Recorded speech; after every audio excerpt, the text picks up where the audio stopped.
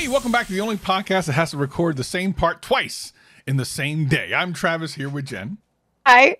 And here's the thing. This is for the audio podcast listeners in the video. They're going to be like, I don't know what's going on. Well, what happened was we've actually already recorded part of this podcast, but for whatever reason, my mixer died. So we're having to redo the intro, even though people are here in Discord. By the way, we're live in Discord. As we talked about, the new Discord, vidIQ.com/Discord. It's a free thing. You can come in, talk to other creators, learn things. It's great. We're in there. And we're broadcasting live to an audience. And Jen already talked to somebody. I did. And I just want to take this opportunity to say that I didn't mess it up. Technology speaking. Look, can we just look, I don't know. Throw that out there because if you really weighed what the chances were of one of us messing it up, it's like 97% it was going to be me. I've already done it several times today, just not during the actual recording. And I will take this win. Yeah, so I will take this. This is terrible. And I think people are hearing weird sounds in Discord. I think it'll come and go, but the audio recording is clean. There's some other issues to deal with. I don't know exactly what's going on. I'm gonna throw this mixer through the wall. But hopefully this will all sound good in the end. And the people that are watching later are going to love this. Okay. So can you hear me okay now? Because we're live to an audience. There are people listening right now. This is the exciting part. The bad part's the technology. Here's something about a cat farted. Yes, we can hear you. Probably a Discord. Okay. Sounds okay. So let's do this again. So the way we're doing this, we're in the vidIQ Discord. You can there'll be links in the show notes and in the description when you watch this later on. And we're chilling with the people. So we're doing a live recording here on the Discord. So let's do that now. Let's bring someone else up. Vicky, you want to bring someone else up? Yes, sure. All right, Mumby, please.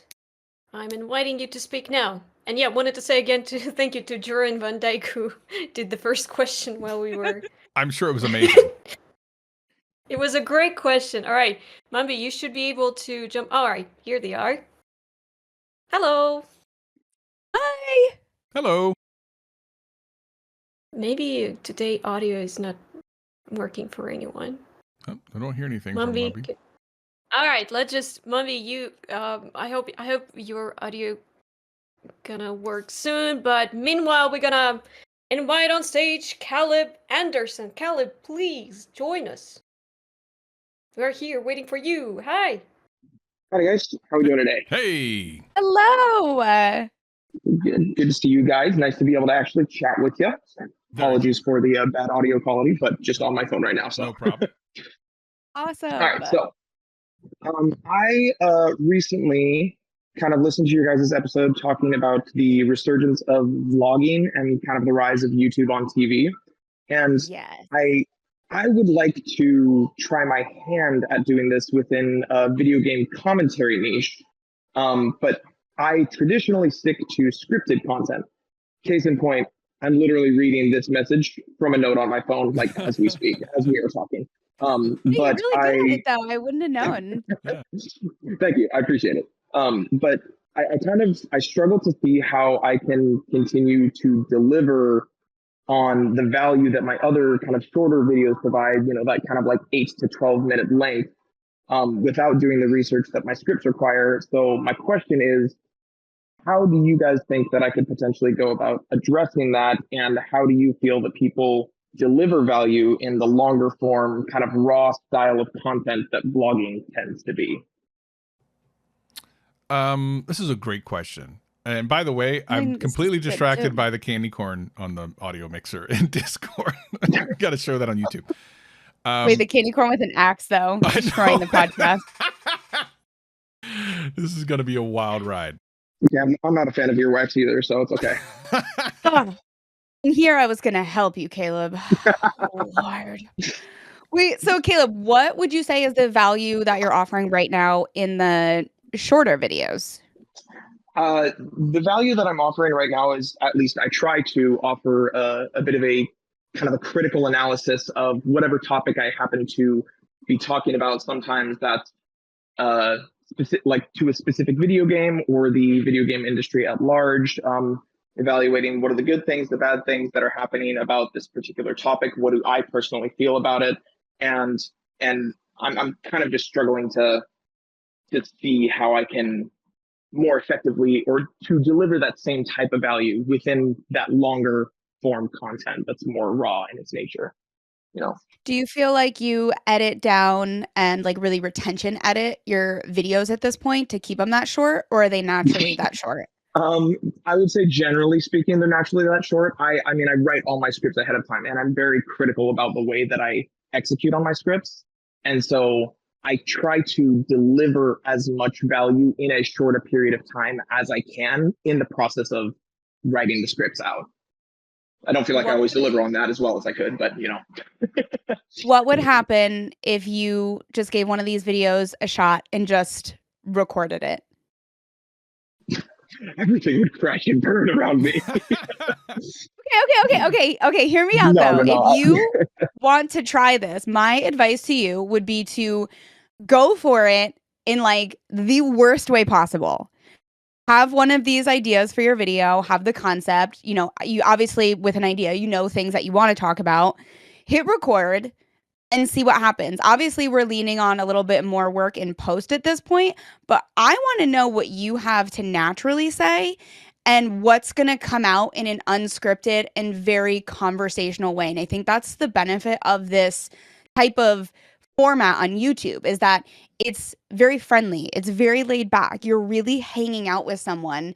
And I don't know how scripted you can do that and still produce the same thing. So I would say literally go for it. It's not something you have to publish, but I would see what you're capable of in a completely new opportunity. Okay.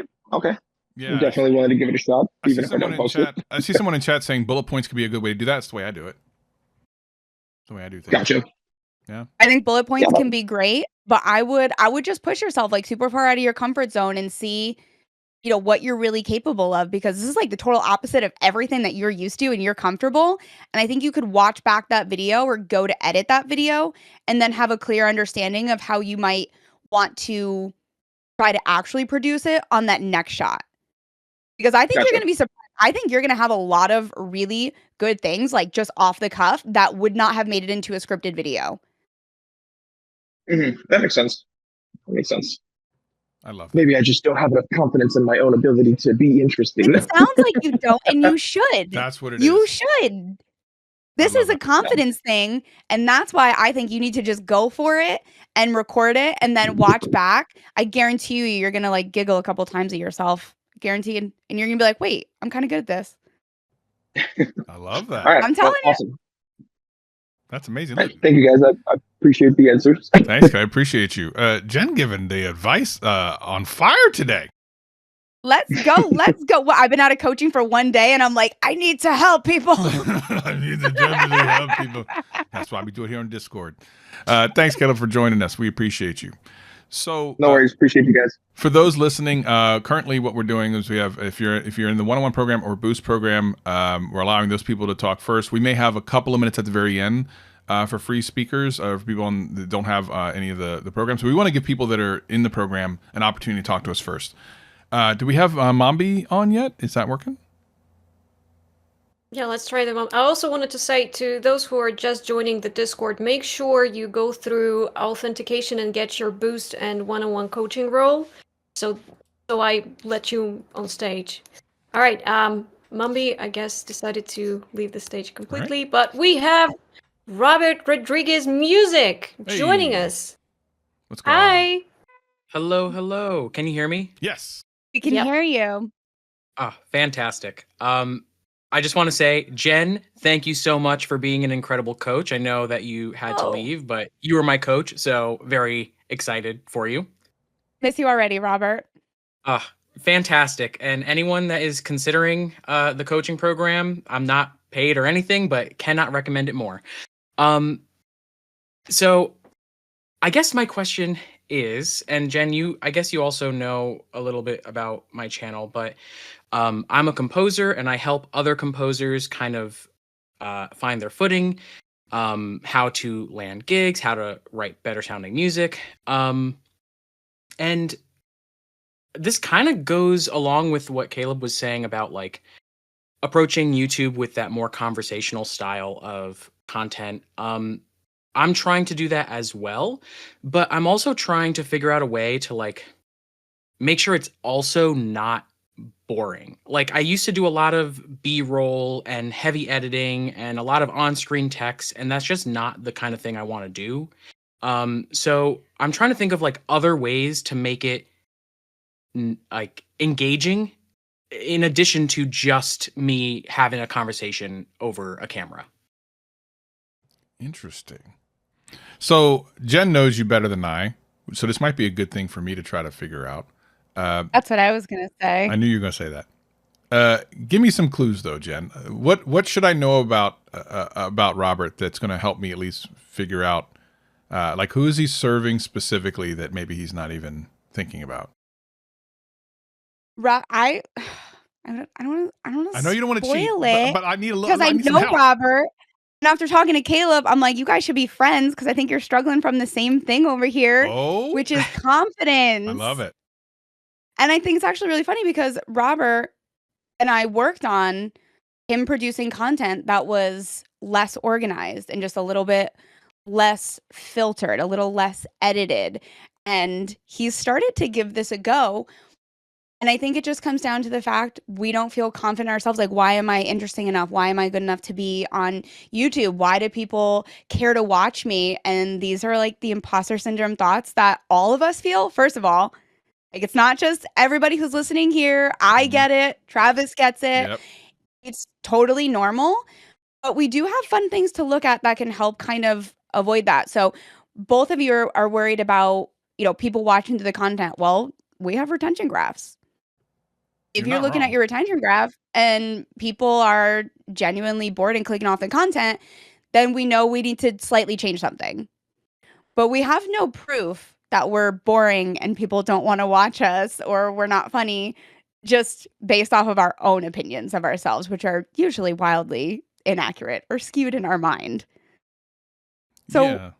Let me talk Robert, a little bit about why this. do we feel? Let me talk a little bit about this this confidence thing, because I see other people in chat saying the same thing, and it is really interesting because we all, when we're making content, we're working in a field. We're in the entertainment field or educational field, and people who watch us typically don't know that we struggle with these things.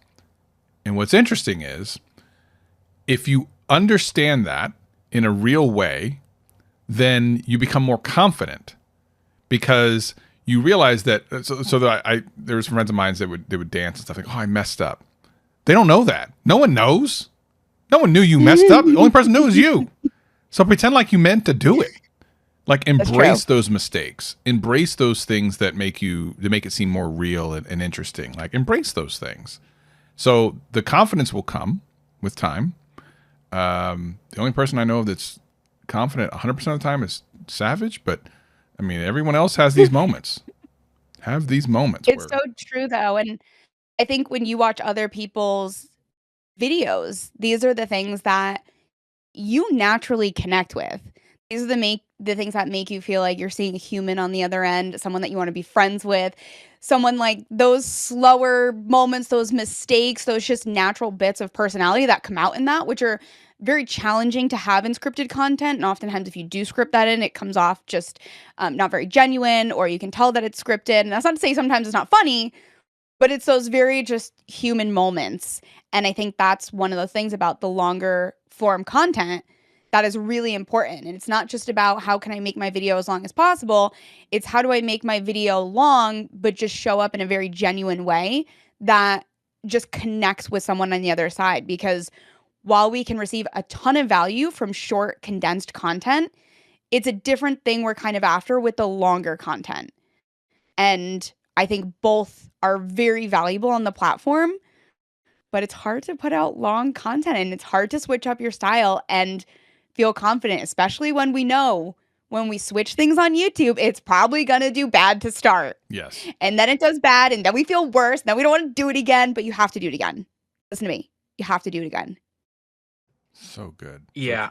So I think you both hit the nail on the head there. And yeah, it's funny because I do help a lot of like other musicians with confidence in their music. So not necessarily like obviously YouTube videos, but it's so easy to recognize that in other people that you're trying to help, but then it's easy to ignore it in yourself or not see it in yourself. So yeah, that was very, very helpful. So how do you keep, I think one of your questions was like, how do you keep it interesting?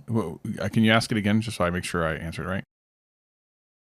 Yeah, because I'm trying to lean away from, heavy editing, B-roll and on-screen text and just keep it more conversational. So I'm just trying to think of like, instead of just one continuous shot of me talking to a camera, like I am trying to think of like other ways to keep it engaging. Like I thought maybe like, I don't know, like my iPad and a pencil and kind of doing like a whiteboard thing to write down what I'm talking about. I don't know. I'm just trying to. It all comes down to pattern interrupts. Pattern interrupts can be as easy as zooming in. It also could be, and I think maybe the best thing is a change, not just change of pace, but change of background, which might mean you might have to shoot in 3 different areas, 3 different locations, but record the same thing in all 3, so that when you edit it, you can pop it however you want to, and literally it can just be talking here, and then the camera's 7 inches over here. Maybe you're in the kitchen. Like you just place it in different places, record the exact same thing 3 times, however many times, and then when you edit, you can make it seem like you recorded these things kind of in improv in a way, and you just kind of cut around it. That's a really good idea. I only do one camera, so I like the idea of doing different shots. I never thought of that. Yeah, most people don't. And again, the best thing is the one thing some people do make mistakes are, they'll just shoot one part of it on the one camera and then go somewhere else and try to shoot the other part. But if you shoot the entire thing on each camera, there might be different parts that speak more to the location that you're in. So you don't pigeonhole yourself into just, well, this shot only said this thing. Well, this shot, you said everything. So you can do whatever you want with it. Ooh, that's good advice, Travis. It's almost like I'm a vlogger, but I'm not. Wow. Okay. Travis starts a vlog channel 2025. Oh my gosh. You lost your mind now, Jen. What's going on? What's going on? All right. Thank you, Robert, so much for your question. We appreciate you. Thank you very much. This is fun, Jen. I feel like this is fun. I think what we need to do is we need to do more of these. Maybe some in Discord, maybe on live. I don't know. I've always thought live streaming this podcast would be amazing. I love it. Who's next? I think it's fun because we get to switch it up. Huh? Yeah, I'm inviting Ren on stage. Travis, is it gonna be like Savage Vlogging channel? Something like that? I don't know if we can contain him. I don't know if you saw the last live stream. It went off the rails there. It's against community guidelines. I mean, that dude's getting a community guideline strike right away. All right, Ren. All right, here's Ren. What's up, Ren? Hello, my name is Ren. I just want to say, first of all, hello, Jen, hello, Travis, and hello, everyone from vidIQ. Oh, yeah, let's go. Yes, and also candy corn, it's fine. Don't hate it, don't love it. It's kind of neutral. Okay. All right, Neutral is okay. Neutral is fine. Okay, so to the main point, my question would be, what are some tips on cold contacting for brand deals? Like some advice for the best way to monetize your channel without actually being monetized. Yeah, I love that.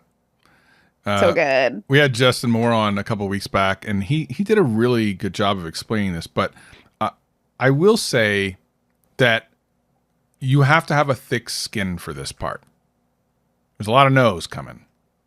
You only need one yes for things to start to roll. There's a lot of no's. Because cold calling implies that you are going to a company or a brand who isn't looking for you. So when they start to reach out to you, it's easy. It's like, yeah, okay, I'll do it for this price or whatever. But when you come email, and again, I would watch that episode to understand how to write your email. But to answer your question more fully, you want to look for brands that align with your audience. That's going to be the easiest way that you'll be able to convince a brand who wasn't looking for you to look at you. So, for example, if you're a drawing or a painting YouTube channel, you go to a company that sells brushes and paint. Like that's an easy one. Like, look, my entire audience loves paint. We paint all the time. I want to use your paint. Can we work out a deal? And then use the strategies that Justin talked about for that content. Jen, have you ever had to reach out to anyone? I know most people reach out to you. Oh my gosh, I used to do so many cold emails, like so many. It was, first of all, it's like a full-time job. Brace yourself. It's very time consuming. The most important thing is finding the right email and just not necessarily looking at it as like this first email is my yes or no. And I think this was the most important thing that I took away from. I took one of Justin's cohorts several years ago, and he changed the game, changed my perspective entirely. And this first email, the chances of you being like, well, them being like, yes, we love you, we're going to give you $1 million in all of our products is, it's probably unlikely. Right. But the goal is to get in touch with the right person so you can follow up and you can check in with that person. You have a contact. This is networking. This is not looking for yes or no's. This is making friends with people in the right places so that in a month or two, you reach back out, send them that same email. Hey, wondering if, any campaigns opened up, just checking in, seeing if there's any updates, would still love to work together. And then you're on their mind. And then before you know it, they are thinking of you and be like, you know what? I know a small channel that would fit this part of our budget and campaign that we're doing next quarter.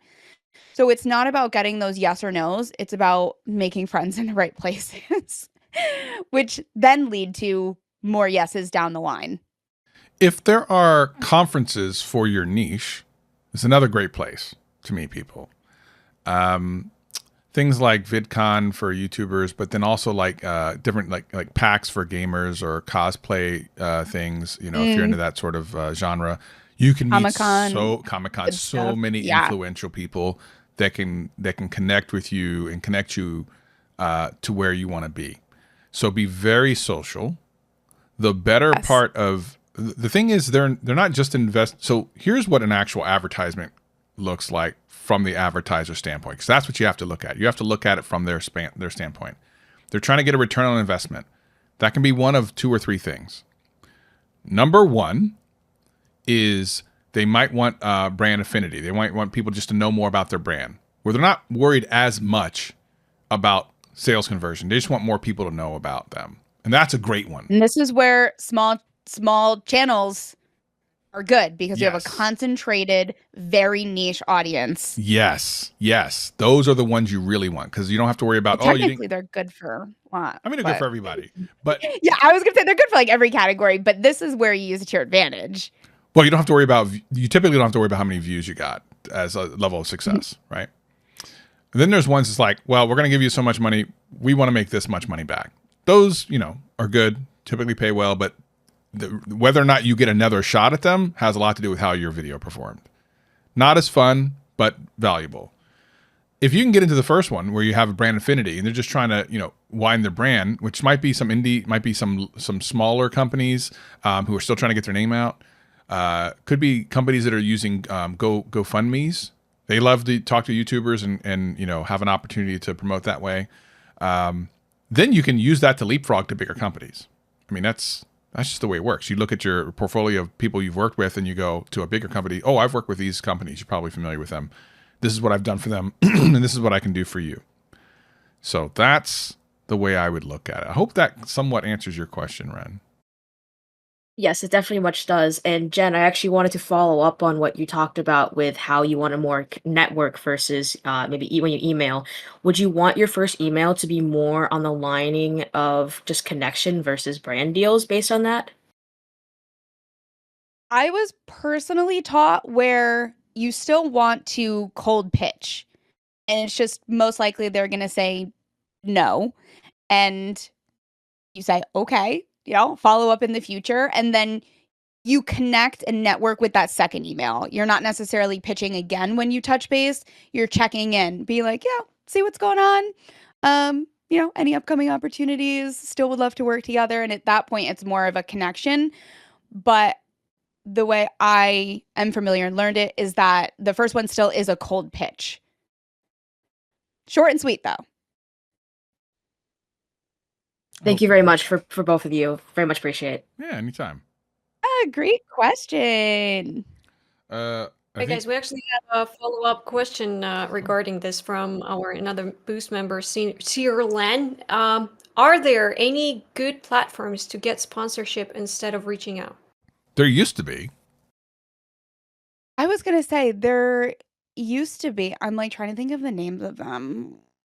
There was like Social Blue Book, I think. I think it was Social Blue Book. I mean, I think there still are.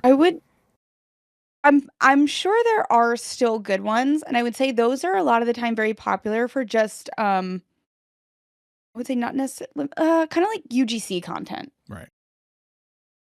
Or Yeah. at least that's what I'm more familiar with using those websites for, kind of. Yeah. Okay, next up, Koi-Fish. How goes? Hello, Travis and Jen and the vidIQ crew. Thanks, Vicky, for the invite. It's nice to be able to talk to you guys. I'm a huge fan of the podcast, and of course, you know, I'm a big fan of vidIQ in general. So That's true. it's really nice to be able to talk to you guys. But I think if I didn't ask this, Vicky would be really mad at me. So I tend to get pretty passionate about the use of AI and how that affects the future of content creation and, you know, where things are going to go for the future of media in general. So I wanted to ask a question that I kind of just thought of that might provoke some thought in some people. So here it is. Okay. So the world today, seeing is no longer believing because AI and information. True. With that in mind, do you think that people in the future, 10 to 100 years from now, will start binging our older content because AI and automation have drastically altered the way media is presented? This is a great question. I feel a certain way about AI myself and robots and everything that could take over the world, which I believe AI will do. And while I don't like it now, if AI is listening, I welcome my overlord, my new overlord. And I was gonna say, don't you be mean to AI, yeah, it's Siri or Alexa. Bro. Be nice to our robots. It's worrisome right now. I don't know if you saw the new OpenAI stuff that came out just in the last day or so. People are making new cartoon pictures of themselves. It's kind of the new thing. It's the new hotness. Yeah, I have. It's all over the place. It's a new tool, but it's unfortunately a tool unlike anything else in human history. Forget about history. And to know what's going to happen in 5 years is practically impossible because the strides in which AI makes is not linear. It's like exponential. So what would normally take us a year to accomplish something, AI does in weeks or months. So the rate in which AI is growing and getting more intelligent and doing all these things and trying to find the ways to interact with humans in a different way and to understand what we like, it's getting too good. It's getting worrisome. I'm worried about it in a way. Like it's something to be aware of. I don't know what you can do about it, but you should be aware of it. On the other hand, if you know how to use the tool best, if you're like the best at using the tool and making incredible content, then it's only a tool. And as long as the education or entertainment that you're making from it, the viewer doesn't care how it was made. It's just good content. So I think for the time being, looking at how to use AI to your advantage is a better use of your time than trying to figure out a way to stop it because it's unstoppable. Whether we like that or not, that's up for debate. Once we are jailed by our AI overlords, we can talk about it together then. But for the meantime, getting good is the way forward. Will we watch that? Will we be looking for more authentic content in 5-10 years? I don't think we're going to know the difference. 5-10 years, I don't think we'll know. So a follow-up to that real quick, just to kind of continue it off, just to finish it off here. So do you think that videos and stuff like that we're doing on our YouTube channels right now today could continue into the future to make money for our families in the future? Yeah, absolutely. Absolutely. So like, so hypothetically, 50 years from now, I pass away, my family could actually still utilize my YouTube account and AdSense and still potentially make money? Well, so I mean, 50 years from now, They left it to you. Yeah, maybe. I mean, we've never I had. hereby leave my YouTube channel and Google AdSense. My dearly departed.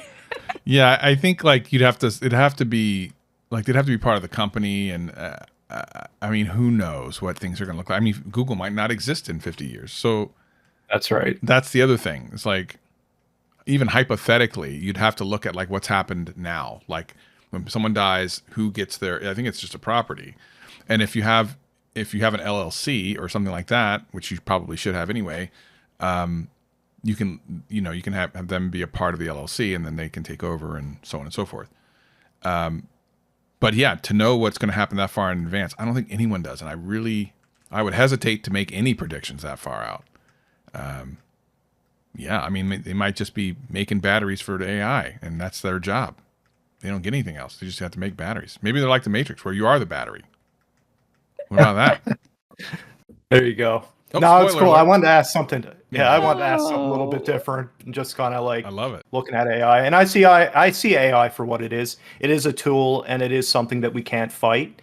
And I think using our energy to embrace the change instead of fighting the change when it comes to content creation is probably a really good thing to do, because let's face it, it's in our face. There's too much money to be made. And whether we like it or not, I welcome our AI overlords. So, I think we have to. Oh, I see someone says, I predict Savage will overthrow our robot overlords in 50 years. there you go. Savage is fearless. Thanks so Awesome. much. Thanks, Koi. guys. We appreciate you. Koi is in Thanks. all the live streams all the time. Such a good guy. I was going to say that. Good guy. Who do we got now? We got how we got here. Hello. How did we get here? I'm wondering that myself some days. Yeah, I'm just I think I struggle with a lot of the things the people have been talking about. A lot of it's confidence, but then also knowing when I get that when I do get a positive upbeat in viewership and that how to really keep that going. You mean how to double down? Yeah, how to double down without again being too repetitive, or also without streaming going outside of my comfort zone. Yeah, I love that. We talk about this pretty often because a lot of times what happens, Jen, one video or something will pop off, and then all of a sudden the creator's like, I don't know what to do. Moment we wait for, and then all of a sudden paralyzed. What do we do next? It's so true, though. What do you tell people, Jen? I know that there's a fear of repetition, and I see this a lot among creators who don't even want to say something that they've already said in a past video. Like, I've seen that come up several times, but like I mentioned this in another video. Treat every video like it is its own video. Mm-hmm. And repetition is what's going to continue that momentum. And when you overdo it, well, the momentum will die. But I want to give you a spoiler. The momentum's going to die anyways. Oh, so that's true. It's like the hard truth. And when you're in that, just you're going up the hill, just enjoy the ride. Just enjoy the ride, produce similar content as much as you can. Always think about it as if someone just watched this video, what do they want to watch next? Something similar, something very similar. And it will come to an end. So don't be afraid to do whatever you want to do or whatever it takes to keep the reach going wider than usual. But I mean, you're not going to be the one that messes it up. It just ultimately comes to an end. Yeah, and I think so. Whenever I talk to a channel that's popping off, the first thing we work on is what's the pivot, or what's the next thing? What's the thing that's going to keep us going after this thing slows down? And it always happens. I'll never forget talking to a creator back in 2020 when Bitcoin was blowing up, and they gained like 30,000 subscribers in a month, and they were super happy. And we were talking, and I said, okay, we need to prepare for when this slows down. And it was funny. They emailed me like a month later, and they said, exactly what you said just happened. Things are slowing down. I was like, yeah, but we've already started preparing right? So you feel better. She goes, yeah, I'm so happy we started preparing for this because they don't know otherwise. She was in the middle of it like, oh my God, this is great. I've done it. I've succeeded at YouTube. Well, I mean, you have in a sense, but it's not a forever thing. It really isn't. Not a forever It comes thing. back. It's just waves. It's just an emotional roller coaster. It is. But to know what to double down on is to think about, is to obsess with your viewer, about your viewer, why they came, what did they like about what you just did, and what would they like to watch next, logically. And that can be the hardest thing when you're a creator of your own content, to think outside of your own brain and be like, okay, what is the viewer like? Sometimes you just look at the comments. Sometimes you can ask. But it's usually something obvious as long as you're out of your own head. You're not thinking, oh, well, I want to do this. Don't think like that. Think, what would my viewer want to watch next? What's the next rabbit hole they can fall down? What else would they like? I'm trying not to talk as much because I know that there's some audio issues for some people, but I'm recording. Perfect. It sounds clear. And Oh, clean. it sounds good. Yeah. It sounds good to me. Yeah, no, Okay. it sounds Just to good. make sure. But I think it's important to understand that none of the stuff lasts forever. Like the streaks end at some point, but it doesn't mean you can't start another one. You absolutely can. It's what I'm finding is specifically it's a set of the way I've formatted my titles. It seems like that's really picking up people's interest. At least that's the only real major change I had made. And I'm just wondering how long until that sort of can wear out and get tired. Do I just keep using that until? Well, look at it like this. What YouTuber do you watch you're kind of, you could say you're almost obsessed with? You just really like to watch their content. You did cut out there a little bit, Oh, Travis. Tell me someone you can think of that you watch now that you're maybe not obsessed with, but did you just watch all their stuff? There's a few different ones I'm trying to think. Well, as long as you know that person, think of someone. And then what, Travis? Then answer the question for yourself. Why have you continued to watch them? Why did you watch their second and third and fourth video? Why have you, again, maybe not obsessively, but like, every time they pop something up, I have to watch that. Why? Really analyze that. And that's the feeling you want to get from your viewership. And it's okay to use that repetitive title structure. Yeah. That's not a big deal. Because the same structure could mean a lot of different video ideas themselves, but it's representing that this is similar content to what you liked when you watched this one. Yeah. Thank you very much. Yeah. Thank you so much for joining us. We appreciate it. How we got here. I like that name. It's a good name. How did we get here? Yeah, I like that too. How did we get here, Jen? I don't know. Answer to that. Check out my channel and you can find out. Hey, let's go. I love that. Come to the channel and find out. I love it. Awesome. Who do we got next? Dan, time we discuss. Hi, everybody. Hey. Hi, Dan. So first, I want to say just thank you for this community that you've built. I'm very, very blessed and fortunate. You know, you've you answered a question from me before on the boost. You reviewed my thumbnails on vidIQ about last summer. So just very, very fortunate. So just thank you for that in the Discord community. Really awesome group of people we have here. I love it. I'm thinking a lot about what you said about the TV, or what was said about the TV format in one of the last episodes. And I'm thinking about how I can apply that to my channel. So my channel, it's all about career discovery, career discussion, career exploration. I speak with real professionals to talk to them about what they really do, what their job is really like, and how people can pivot into those careers or start out going in that career.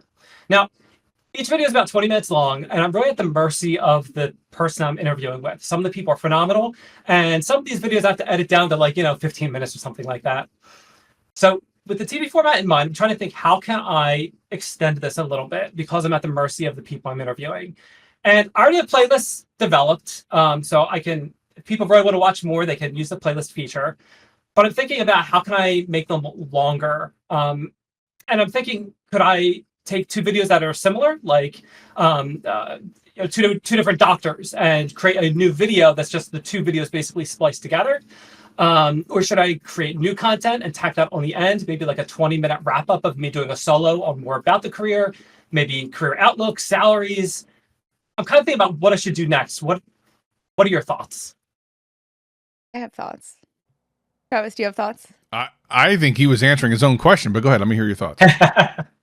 As soon as I was going to say, what about a new type of content? And then you said that. And I think it would be interesting to put yourself in a position where you're not at the mercy of others. And I think that you've collected so much information from talking to so many different people. How are you delivering that information now to your audience? What are your takeaways that someone would benefit hearing just in general?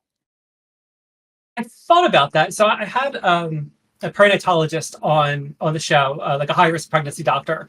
And I ended up doing like a 5-minute video of that, just a solo video, 5 good, 5 bad in 5 minutes. And it did not perform well at all. Now, granted, it was only one. But I've been thinking about that, maybe that solo approach. But Jen, kind of a follow-up to that, I guess, would be, should I release that content as another standalone video or only make it available spliced together within the other video? What are your thoughts? What do you mean by with another video? Sure. So if let's just say I interviewed a plastic surgeon. Let's go with that. Okay. And I do the normal 20-minute video or whatever, and I decide I want to add like a 20-minute of new content. So maybe I'm doing Outlook, maybe I'm doing starting salary, whatever. Do you think it would be good to have that as its own video that is also, say, 20 minutes long, and also make that available as a second half of the plastic surgeon video? So it's like a full 40-minute video, 20 of interview, 20 of me with a wrap up, or keep them 2 separate videos as well. These are all the ideas that are swimming in my head. Okay, I see what you're saying here, kind of like a second half of the video to push that timestamp. Correct. What is the ultimate goal of your channel? What are you trying to do for your audience? Sure. So like that, it's all about career exploration and discovery. So someone that doesn't necessarily either know what they want to do when they quote unquote grow up, or someone that's looking to pivot later in life. And they might have worked a job as doing, as an accountant, and they're trying to pivot into something else. They don't know what they want to do. So maybe they see something of interest to them, kind of spark some ideas, and I hadn't considered that. These skills I have as an accountant are applicable to this other industry. That might be something worth exploring. So if I'm your target audience and I don't know what I want to do, I might not be totally sparked by like one job title. For me, something interesting might be like kind of how you just said, if you have skills X, Y, and Z, try these careers. And maybe this is a compilation of you prioritizing what your audience is struggling with and the knowledge that you have from talking to so many people in so many different careers, and maybe putting together something that makes sense when we think about what they're struggling with.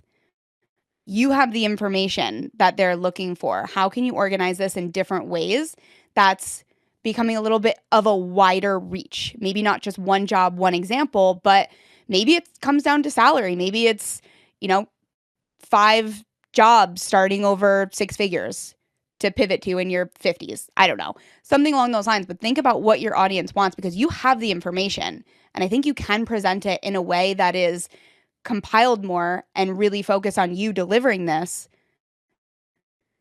But I think that the end goal really has to be doing a deeper dive into what that audience is missing from the channel right now. Okay, that'll make sense. That's amazing. Thank you for that. Jen's so smart. Yeah.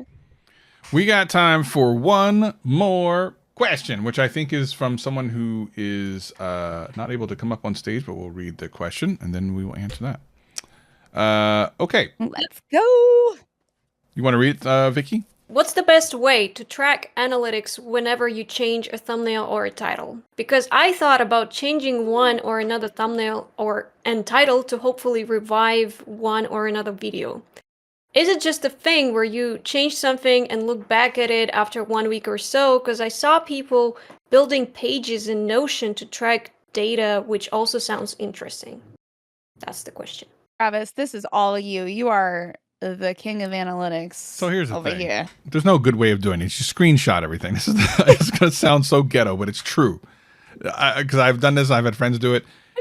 The day before, you screenshot it. You save it somewhere. You wait a couple days. You screenshot it and you compare them. It's dumb. It's dumb, but it works. I mean, that's... And then you throw them into Notion if you're next level, like this person's talking about. Bro, Notion? And then you keep it organized. I don't even use Keep it Notion organized. for work. What are you talking about? I can't use Notion. Notion. I have the notion to not use it. How about that? It's so true though. I'm the same way. It's just screenshot after screenshot after screenshot. Maybe there is a really organized, strategic approach. I wish there was, but literally that actually works. I know it sounds silly, but that's literally the answer. Okay, so we're going to end this episode here, but here's the thing. Lots of things going on. We had the episode before this. We got some episodes Jen and I are going to shoot that are going to blow your mind. It's going to be great. And from what I'm seeing in chat, people love this and they want us to do it again. So maybe we will record live again. What did you think, Jen? I had a blast. It was super fun. Yeah, we might got to do this again. We might gotta. If you're new to the podcast, make sure you give us the 5 stars on Apple Podcasts or hit the subscribe button on the YouTube channel. Only 5 stars. Only 5 stars. Only 5. Only 5. Or Nope. Cadbury eggs. Either's fine. Only 5 stars. 5 stars or above. We're actually going to sit 5 stars, no eggs. 5 stars, no eggs. Wait, hold on. No candy corn. No. You said it first. No eggs. So. You tricked me. I don't like that. But for those that are here in chat, we'll hang for a little bit after the recording and talk to you a little bit more. If you're listening to the audio podcast or watching on YouTube, thank you for joining us. And maybe you should be in Discord. All you got to do, hit the link below or go to vidIQ.com/Discord and join us here. Say goodbye, Jen. Bye.